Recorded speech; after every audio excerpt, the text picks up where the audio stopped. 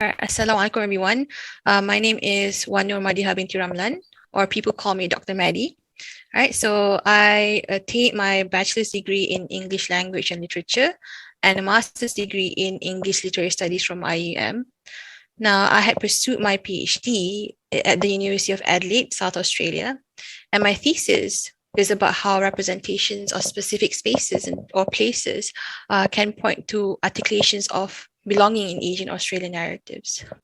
I guess my current research interests include the maternal in local folktales. So I look at the mother or other maternal figures in specifically Malay folktales. I'm also looking at colonial discourses, and I have a research plan executed for I guess for a paper with a friend in England.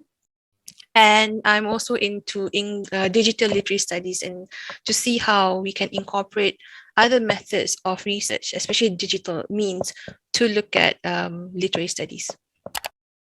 Literature is generally a form of expression, right? So we have, generally people think literature as textual, right?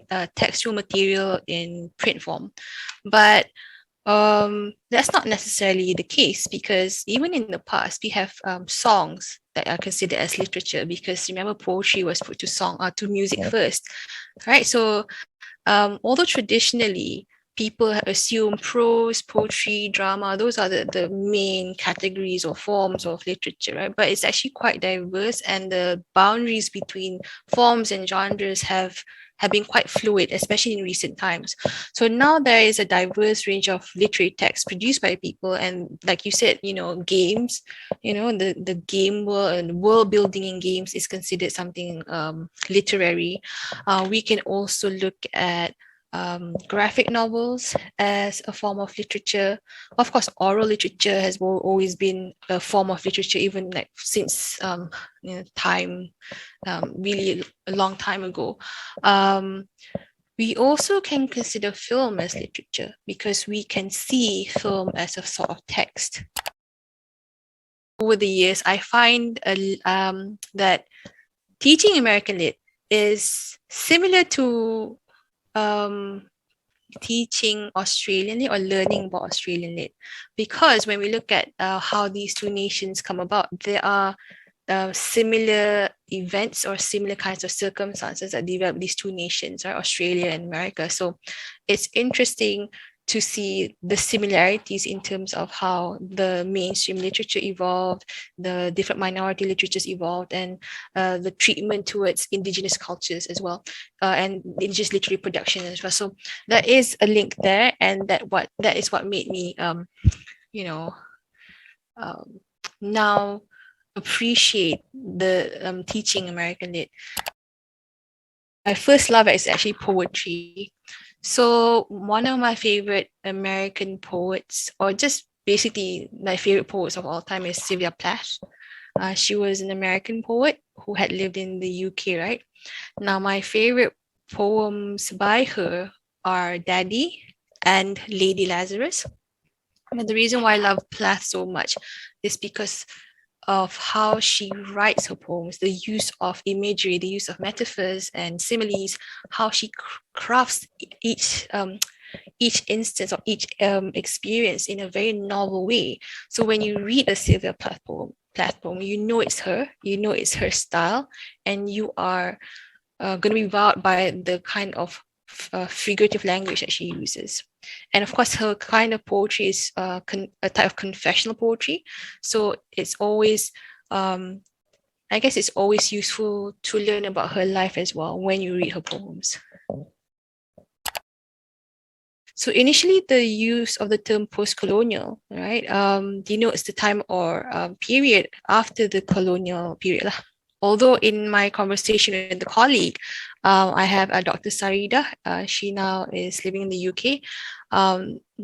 The time range of what is colonial and post-colonial may differ from nation to nation. So she was telling me in the UK, some people argue that the post-colonialism, at least for people in the UK, started in 1997 after the handing over of Hong Kong, right? So when does a post-colonial period start will probably have to do with, what a nation experiences, right? And some of the concerns of post-colonial literature include language and the appropriation of colonial languages such as French, English, and Spanish. This concept of nationalism and nationhood, processes of decolonization, racism and inequality, this whole idea of ambivalence, and national and cultural identity. So that is generally or briefly what post-colonial literatures are about. And it is about the engagement with colonial experiences and its enduring aftermath in a specific post-colonial nation, right? Now, with American literature, America is a post-colonial nation, but over time, scholars have generally moved away from this categorization in a literary sense. It is a post-colonial nation, but we don't necessarily consider American lit as post-colonial lit. So nowadays, we acknowledge that is settler colonialism, right? So we have countries like the US, Canada, New Zealand, and Australia, right? And there is post-colonialism. Now, American literature is a very diverse body of literature. So we have indigenous writing in America, we have Asian American literature, African American writing, and other ethnic and minority literatures. When it comes to settler colonialism, right, it's when settlers came and settled in a place, and then the settler colonies thrived. So I guess that's the reason why we don't generally consider American literature as post-colonial lit, because usually the writing that's front and center, right, is usually from the dominant settler group, right? But of course, we have to also consider that when it comes to other subtypes of American literature, there is preoccupation with post-colonial themes and concerns, and that all these subtypes of American literature, like Asian American literature, African American literature, they might be diasporic literature that most probably may be post-colonial in nature as well. For me, Asian literature is a big umbrella term to encompass the writings of people from Asian nations. When it comes to the boundaries between these different bodies of literature, right? It's not necessarily so straightforward or so clear cut, because a lot of the Asian writings, right, deal with post-colonial themes. So a big bulk of Asian literature is actually post-colonial literature, especially if they engage with issues of colonialism and whatever policies that are still affecting post-colonial nations. From my perspective, it's always a good thing to have the things that you consume, literary works that you consume, right? Whether it's film or whether it's a print material or whether it's a fan fiction that you read online, right? I think it's always good to be inclusive and to be diverse, because in that way, then we can also consider other types of experiences and other types of stories. But the pushback here is that a lot of people think that, oh, you guys are being too PC, meaning you're being too politically correct. Oh, you need to have a token woman, and so forth. Right? I don't think it's always an issue to have diverse cast, but avoid tokenism, one, two, but also you will have to confront all these criticism about people being too PC.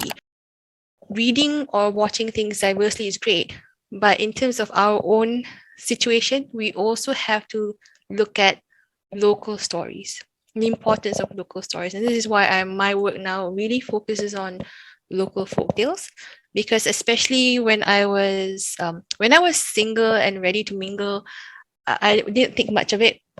But once I became a mother, that's when I really had a shift in perspective. Because when my daughter was born, we realized that, hey, there's a lot of Disney and there's nothing wrong with Disney, right? Disney is amazing. But what about, that story about Sang Kanchil we used to watch on TV? Where are those things? I currently love the writing of Zen Cho, because even when she writes about Regency England, right, she still incorporates elements from Malaysian cultures. So we have all these things. I'm like, oh, I know this person because it resonates with me. I know this culture. So that's what makes her writing so unique, because she does incorporate her the culture that she knows about in her work. For example, yeah, like Encanto, right? For me, it's great to know about that Colombian culture as an outsider, right? So that I learn new things. I don't only learn about white culture, but it's also great for people of that culture or identify with that kind of culture, right? To see themselves being represented on TV. So diversity is great, inclusivity is great. Also, looking at local stories is also great.